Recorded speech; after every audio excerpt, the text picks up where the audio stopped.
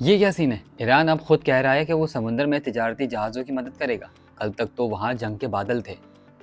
ہاں ایسا ہی تھا۔ عالمی سیاست میں کوئی چیز اتفاقیہ نہیں ہوتی۔ ایران کی پورٹس اینڈ میری ٹائم آرگنائزیشن نے جو یہ بیان دیا ہے کہ ہماری بندرگاہیں تجارتی جہازوں کو بحری خدمات، ٹیکنیکل سپورٹ اور یہاں تک کہ میڈیکل ایمرجنسی میں مدد دینے کے لیے تیار ہیں، یہ ایک بہت بڑا ماسٹر اسٹروک ہے۔ اس کا مطلب یہ ہے کہ ایران دنیا کو یہ پیغام دے رہا ہے کہ ہم سمندری راستے بند کرنے والے ولن نہیں ہیں، بلکہ ہم تو عالمی تجارت کے محافظ بننے کو تیار ہیں۔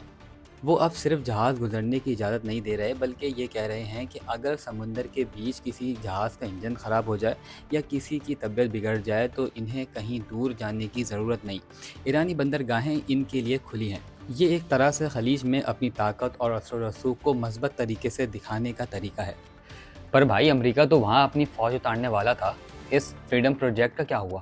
وہی تو سب سے بڑی خبر ہے۔ ڈونلڈ ٹرمپ نے باقاعدہ اعلان کر دیا ہے کہ ایران کے ساتھ مذاکرات میں اتنی اچھی پیش رفت ہوئی ہے کہ اب طاقت کے استعمال کی ضرورت نہیں رہی۔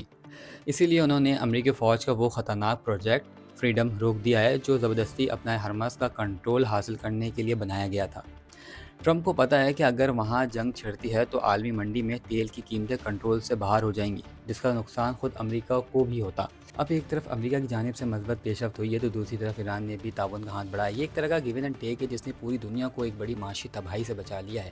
اب اگر یہ مذاکرات اسی طرح چلتے رہے تو عالمی تجارت کا یہ سب سے اہم راستہ پہلے سے زیادہ محفوظ ہو جائے گا اور پیٹرول کے نرخوں میں جو تپش تھی وہ بھی کم ہو جائے گی۔ صحیح ہے، مطلب اب ٹینشن لینے کی ضرورت نہیں ہے، جنگ کا خطرہ ٹل رہا ہے۔ اللہ کرے یہ امن قائم رہے۔